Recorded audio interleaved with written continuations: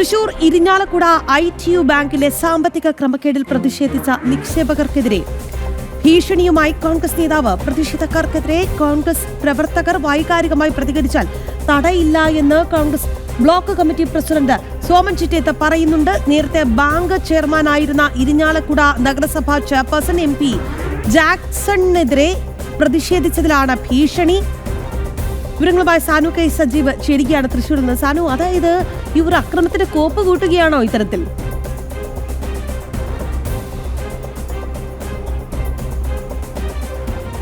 രാഖി, കഴിഞ്ഞ കുറേ നാളുകളായിട്ട് ഇരിങ്ങാലക്കുട ITU ബാങ്കിനെതിരെ ITU ബാങ്കിലെ നിക്ഷേപകർ വലിയ പ്രതിഷേധത്തിലാണ്. നിലവിലെ ഇരിഞ്ഞാലക്കുട നഗരസഭാ ചെയർപേഴ്സണായിട്ടുള്ള MP ജാക്സണെതിരെയാണ് ഈ പ്രതിഷേധമൊക്കെ നടക്കുന്നത്.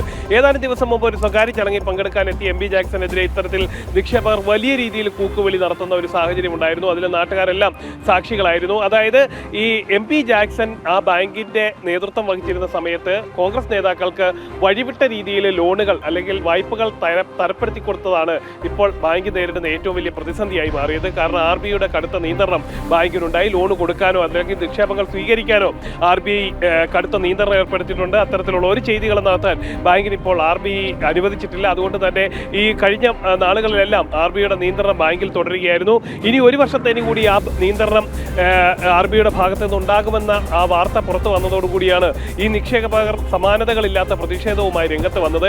എന്തായാലും കഴിഞ്ഞ ദിവസങ്ങളിൽ ഇത്തരത്തിലുള്ള പ്രതിഷേധമുണ്ടായതിന്റെ പശ്ചാത്തലത്തിലാണ് ഈ സോമൻ ചിറ്റേത്ത് എന്ന് പറയുന്ന കോൺഗ്രസിന്റെ block committee president, Irinjalakuda block കമ്മിറ്റിയുടെ പ്രസിഡന്റാണ് കോൺഗ്രസിന്റെ, അദ്ദേഹം ചില പ്രതികരണമൊക്കെ നടത്തിയിട്ടുള്ളത്. നിക്ഷേപകർക്കെതിരെ ഭീഷണി സ്വരത്തിലാണ് ഈ സോമന്റെ പ്രതികരണമൊക്കെ ഉണ്ടായിട്ടുള്ളത്. കോൺഗ്രസ് പ്രവർത്തകരുടെ ഭാഗത്ത് നിന്ന് ഏതെങ്കിലും പ്രതികരണം നിക്ഷേപകർക്കെതിരെ ഉണ്ടായാൽ അത് നേതാക്കളായിട്ടുള്ള തങ്ങൾ തടയില്ല എന്നുള്ള തരത്തിലുള്ള ഭീഷണിയാണ് നിക്ഷേപകർക്കെതിരെ ഇപ്പോൾ ഉയർത്തിയിട്ടുള്ളത്. എന്തായാലും നിക്ഷേപകർ പറയുന്നത് തങ്ങൾ ആ ബാങ്കിൽ ഇട്ടിട്ടുള്ള പണം അത് ചികിത്സാ ആവശ്യങ്ങൾക്കാണ്, മക്കളുടെ കല്യാണത്തിനാണ്, അതേപോലെ തന്നെ മക്കളുടെയൊക്കെ വിദ്യാഭ്യാസ ആവശ്യങ്ങൾക്ക് വേണ്ടിയിട്ടാണ് ഇത്തരത്തിൽ ഇരിഞ്ഞാലക്കുട ബാങ്കിൽ RBIയുടെ നേരിട്ടുള്ള നിയന്ത്രണത്തിലുള്ള ഒരു ബാങ്കിലൊക്കെ കീഴിൽ വരുന്ന ഒരു ബാങ്കിലൊക്കെ തങ്ങൾ പണം നിക്ഷേപിച്ചിട്ടുള്ളത്. ആ പണം ആ വിശ്വാസ്യതയോടുകൂടി തന്നെയാണ് അവിടെ നിക്ഷേപിച്ച് ഇപ്പോൾ പണം തിരികെ തരില്ല എന്ന് പറയുന്ന ആ ഒരു നിലപാടിനോട് തങ്ങൾ യോജിക്കുന്നില്ല. എത്രയും പെട്ടെന്ന് തങ്ങൾ നിക്ഷേപിച്ച പണം ഞങ്ങൾക്ക് തിരികെ വേണമെന്നുള്ളൊരു നിലപാടിൽ തന്നെ ഉറച്ചു നിൽക്കുകയാണ്. എന്തായാലും RBIയുടെ നമുക്കെല്ലാവർക്കും അറിയാവുന്നതുപോലെ RBIയുടെ ഒക്കെ നിയന്ത്രണം വന്നു കഴിഞ്ഞാൽ ആ പണമൊക്കെ എടുത്ത് നിക്ഷേപകർക്ക് തിരികെ കൊടുക്കുക